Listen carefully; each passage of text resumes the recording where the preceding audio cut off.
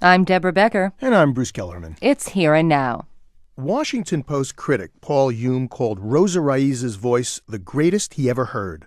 Benny Goodman absolutely adored her. Studs Terkel said the name Raisa was to opera as Babe Ruth is to baseball. And both Puccini and Toscanini thought diva Rosa Raisa was a rare musical phenomenon.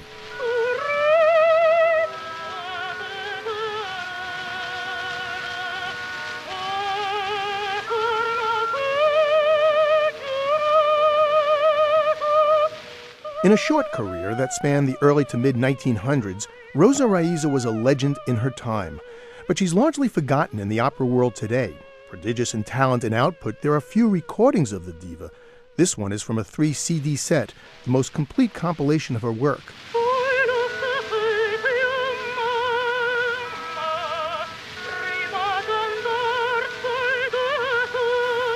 The liner notes are by Charles MINTZER, author of the new biography of the opera star called Rosa Raisa. Charles MINTZER joins me in the studios of, where else? Carnegie Hall in New York City. Mr. MINTZER, thank you very much. Thank you. Did Rosa Raisa ever perform at Carnegie? Oh, yes. In 1918, when she made her New York opera debut with the Chicago Opera, which was her home company, she sang in one 8-day period 2 concerts at the Hippodrome, which was an enormous theater on 6th Avenue and West 43rd Street. And in between, she gave a concert at Carnegie Hall. So altogether, she sang before 15,000 people in one 8-day period in New York. And she could really belt it out to the back row. She had an astonishingly powerful voice and what the Italians, I guess, would call bel canto, a beautiful voice. Yes, I think that's a fair description.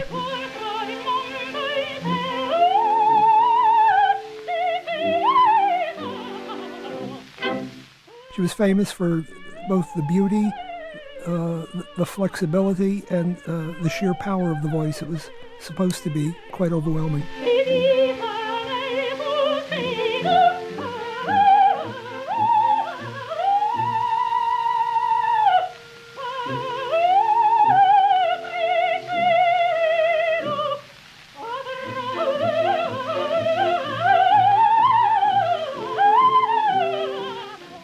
I think the perfect description of her unique persona, born in Russian Poland in a traditional Orthodox Jewish home, emigrated at the age of 14 to Italy because of the pogroms and the unrest in Poland, trained in Italy by some of the greatest singers of the 19th century, and came to America and lived the American dream. She witnessed some horrible things. The pogrom where she grew up were horrendous.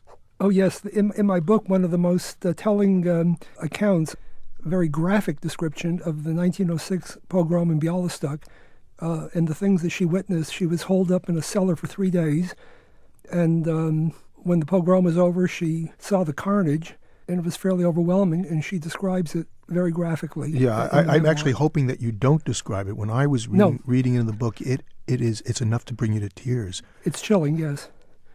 And it said that in her voice actually had this sense of emotion in it, and that the thing that might have distinguished her voice perhaps more than anything else, the fact that she could actually cry. Yes, we use the term nowadays signature. The signature vocal, not vocal trick, but the vocal thing that she did that was uniquely hers was the cry in the voice, somewhat because of the background, but because she had such empathy for these women that she was singing, these tragic figures, and she felt that she could just pour it out, and she gets the tear in the voice, yes.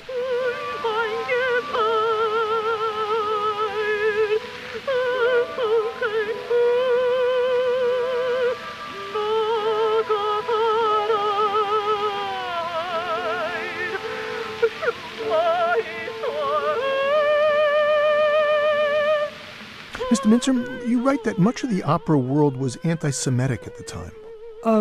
I don't think I quite meant that. Cleofonte Campanini, the great Italian conductor, some think that after Toscanini, the most important Italian opera conductor in the 20th century, Raisa was his protege. He discovered her. And he changed her name from Buchstein to Burstein. When he came to America, he wasn't sure that she could make a career here as Raisa Buchstein. So he said to her, what does Raisa mean? She said, well, it's sort of like, in Russian, it's like rose. So he said, well, we'll call you Rosa Raisa. Mm-hmm. And that became her name. And it's clear that he felt that you couldn't make a name with such an obviously Jewish name. You certainly could in the other classical musical arts, but opera was a little different. By the 20s and the 30s, the critics around the world were singing her praise, and she ironically winds up singing in Berlin in 1933 before Goebbels and Hitler and Hess. Well, the feature of the performance, it was Tosca in October 1933, and it was a gala performance. Hitler, Goebbels, and Hess attended, and they were unaware that this great Tosca was a Jewish woman, and they were prominently applauding her from their box. And Raisa got a lot of criticism from Jewish groups for this rather insensitive engagement, but in truth, I'm not sure that how much they really knew at that point in the German phenomena, because they had been living in Italy since early 1932. I don't think they were aware that it was really politically incorrect for a Jewish artist to sing in Germany in October 1933. That's just my feeling about it. You write that days before her death, she wanted to convert to Christianity. That was, 1963? Yes, well, what happened is her husband, Giacomo Rimini, had an interesting background. His father was a Sephardic Jew, and his mother was a Hungarian-Italian Catholic, and he was raised as a Catholic. Her daughter, Raisa's daughter, was born in 1931, and in 1940, at the age of 9, they baptized her. Rimini thought that with the war clouds over Europe and the anti-Semitism in the air, that their daughter would have a better chance in life than Raisa had had, so they raised her as a Catholic. And Rimini died in 1952 and is buried in Verona, Italy, from where he came. And at the very end of her life, Raisa had this wish to be buried next to Rimini in Verona, and she assumed that to do that, you had to become a Catholic. And her daughter, when she died in 1963, buried her in a Catholic cemetery in Los Angeles and put in her coffin her Star of David, the pictures of her parents, Frida and Herschel, and a miniature Torah scroll, which she took with her everywhere. So it's sort of a dual... There's an acknowledgement that she was Jewish, but she was buried in a Catholic cemetery, yes. By today's operatic standards, Rosa Raisa had a remarkably short career. Yes, well, she started at age 20, singing roles like Aida and Masked Ball, and she had, from her very first performance to the very last, a 25-year career, but the last 5 years of the career were not all that active because of the collapse of the Chicago Opera, the complex situation in Europe. She retired at the age of 45, which today would be a dramatic soprano's prime, but she still sang a prodigious amount of performances. I think in my chronology in the book, I have over almost 1,000 operatic performances and hundreds of concerts.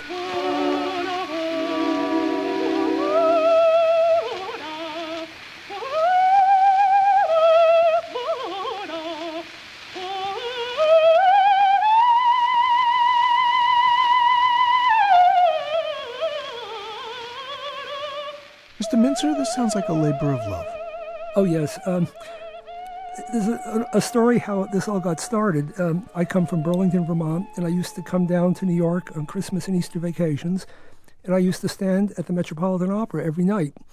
And there's a whole culture of the standees, and you start speaking to people, and they tell you that, yes, Milanoff is good, and Delmonico is good, but we heard Rosa Ponselle, we heard Martinelli, we heard Pinza, but there were men in their 50s who were still talking about Caruso, Tita Ruffo, and Rosa Raisa, and that piqued my interest, and I was just curious about her, so I started going to the library and read everything I could get my hands on, and then eventually I wrote to critics who were still alive, who had memories of her, and I ended up writing to Raisa herself in 1962 when she was on a Metropolitan Opera Turandot intermission feature, and she sent me the most beautiful 2-page letter and an autographed picture of herself as Aida, and she said in the letter, "You know more about me than I do myself." And we started corresponding, but then she died shortly after, and I regret that I never had the chance to meet her in person. However, I have met her family, her daughter, her grandchildren, nieces and nephews, so I have met the family and a lot of the singers who sang with her, and I have, over the years, amassed an incredible amount of information.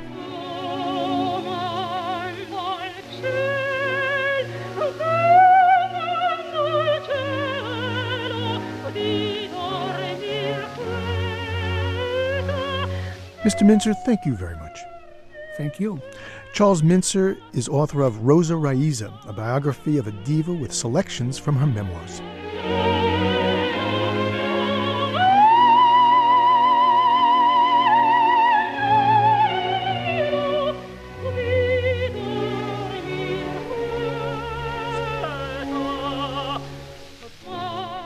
Here and Now is a production of WBUR Boston. Our production team includes Lynn Menegon, April Peavy, Karen Pellin, Emiko Tamagawa, Chris Bannon, and Stefano Katsonis.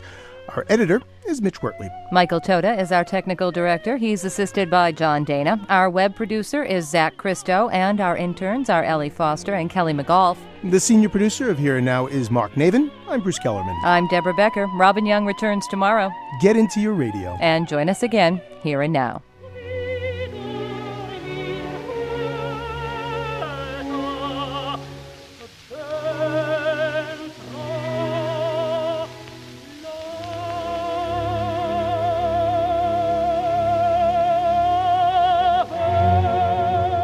Funding for Here and Now comes from the MathWorks, creators of MATLAB and Simulink technical computing software. Information on the web at mathworks.com.